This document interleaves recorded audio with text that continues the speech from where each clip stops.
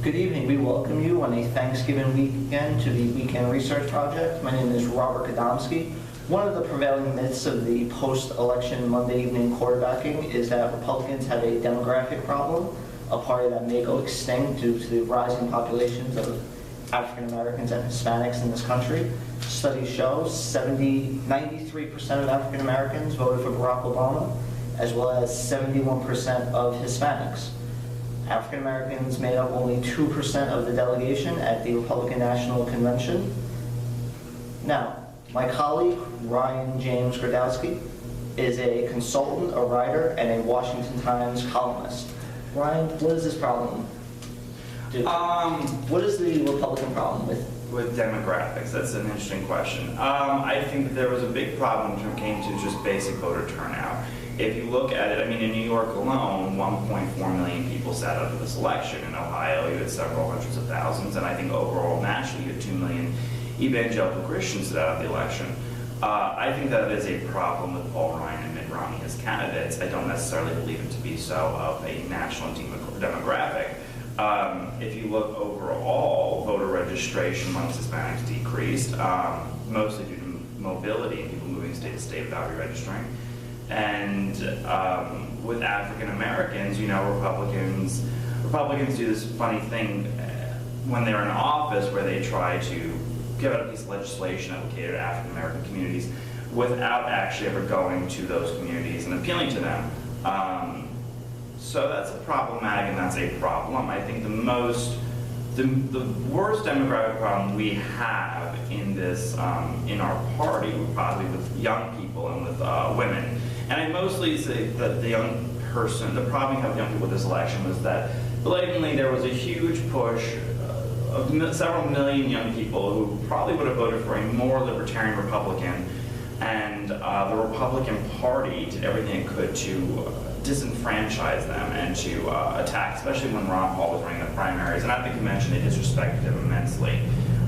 Gary Johnson had over 1 million votes, and I certainly think several hundred thousand of them would have gone to Romney had he been more appealing to them. And I find that to be the most discouraging. Now you talk about low voter turnout in Ohio and New York. In New York, obviously, it could be due to Hurricane Sandy. No, it wasn't that. 1.4 million people is significant. Overall, this election had a drop of, I think, 4 or 5% nationally overall. Yeah, from 2008. The votes aren't all calculated, but this election will probably be tied with 2004, maybe 1 million votes more than that. It's a severely depressed election because people very vocally feel that there is no real Could that be due to, as Karl Rove said after the Democrats joke that Karl Rove said that Democrats won so handily because of voter suppression? The idea to knock out Mitt Romney early on, spending millions in super PAC money to deface his character. Right. Well, that was absolutely. I think the problem with low voter turnout in Ohio is there's no reason to vote. Listen, if you're a 59-year-old, 60-year-old white man who has a factory job and 3 kids, and you are struggling to put them through college, and 2 of your kids had them to Florida and Texas to find work, you have no reason to sit there and vote for a man who promises you more free trade, who's going to ship more factories overseas, who's going to displace more of your workers. I mean, the fact is the Republican Party and the Mitt Romney wing of the Republican Party was completely, the establishment was completely disenfranchised from the communitarian feelings of certain people within the Republican Party. And yes, Romney made a gamble, and the gamble was, I will outspend Obama in the end of the election, and that will switch us over, and I don't care how much you spend this early, and there's nothing that is going to be so bad said about us that we can't change later on. That didn't work out. That was stupid. Well, a lot of that was due to the fact that he couldn't touch the money that he had in his for the war chest. I'm sorry. Obama outspent him in July and August with, Romney outspent him September, October, and early parts of November. That wasn't. Well, Romney had 2 major issues. It was the defacement of his character, but Romney had one of the worst GOTV strategies I've ever seen. Listen, I've been a consultant for 6 years, so I'm not Karl Rove. I never pretend to be at that level. No. I've never been at that level. But I do know GOTV is the most important thing. Voter outreach is the most important thing. But when your character is defaced for months and months and months, I mean, the Republican National Convention was an absolute joke. It was a joke. It was, we had family after family had a dying child, and then Romney really cared Well, that about wasn't Elvis' character. That's one of those. It when did, you have though. When you have an ad that comes out early on, right after Paul Ryan was selected, or even a little bit before, That was the biggest mistake, was Paul Ryan. where Mitt Romney being blamed for a man's death who happened to die because he got fired from Bain Capital. Right. Oh no, that was absurd. I don't. People. But that was. So that's what the families were That for. was no. That was way after 6 months of him being told, "You ship jobs overseas. You ship jobs overseas. You ship jobs overseas. You're disconnected. You don't care about ordinary people." Listen.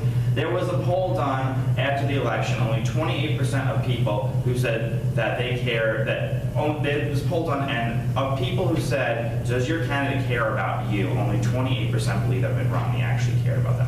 And that was the phrase that hurt him, is that people did not fundamentally think he was connected with them, that he cared about them, that he was an isolated rich man. Romney is the first president candidate who did not have a home state. He had 6 home states. That's a problem when you don't even have a home state. Michigan, New Hampshire, Massachusetts were all his home states, and he lost all of them. That is the problem with Romney as a candidate. And there were fundamentally, it was a tough year. There were a lot of They were bad candidates. There were really. The problem was that a lot of good candidates did not get involved because they were afraid of the big candidates.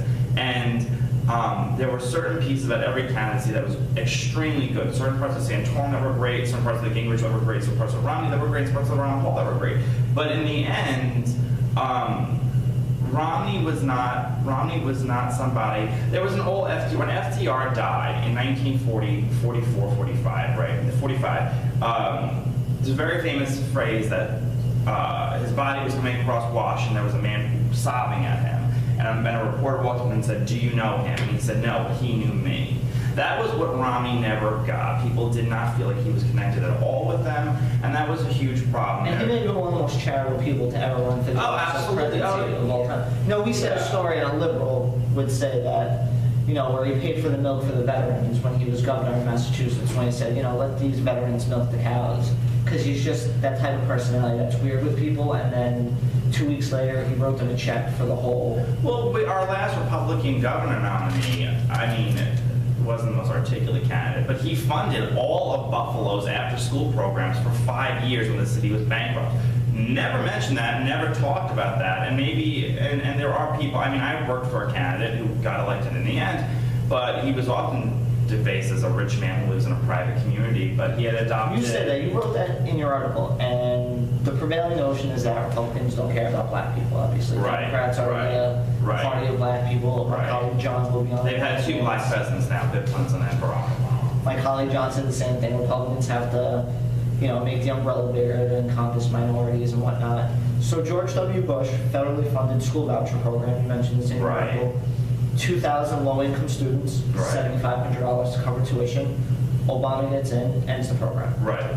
Now it's back in 2010 when Republicans take over the Congress. And put it back in. Yeah. Well, and George Bush did a lot for the African American community. Well, Bush was the compassionate conservative, and there is no greater civil rights issue than education right now. It really is the biggest civil rights issue, and Bush and the Republican Party have been the most active and vocal about that. And the minute Democrats got in, they completely abolished, and they abolished the opportunity for a lot of black people to get very far in life. Now, I have a couple quotes here from Democrats on the issue of race. Bill Clinton said during the campaign when Obama was running against his wife Hillary Clinton, a few years ago, this guy would have been getting us coffee and carrying our bags. Harry Reid had a very nice statement. Obama could be successful due to light-skinned appearance as well as no Negro dialect. Right. This is what Democrats say about minorities, and it's funny that they are the party of African Americans. They are the party where 93% vote for Obama. Well, you have to understand the Democratic Party. The head of the Senate Democratic Party 5 years ago was a former Klans member. When Bill Clinton became the governor of Arkansas, he had several Klans members come up there. The man who stood from the Arkansas school to prevent blacks from coming into it walked up and hugged Bill Clinton and said, he said, this is my idol. They're unabashed about that. And the one good thing is that they've managed to rewrite 200 years of history to make it seem like they've always been see, they changed words, but it used to be the Democrats in the South were segregated, just became the Southerners who were the South. So a party couldn't get blamed, and now Republicans do very well in the South. And that's why people have that opinion of that. We'll be back in a couple moments. We're going to invite John Scheer on stage, and he's going to give his rebuttal to those statements. Get directing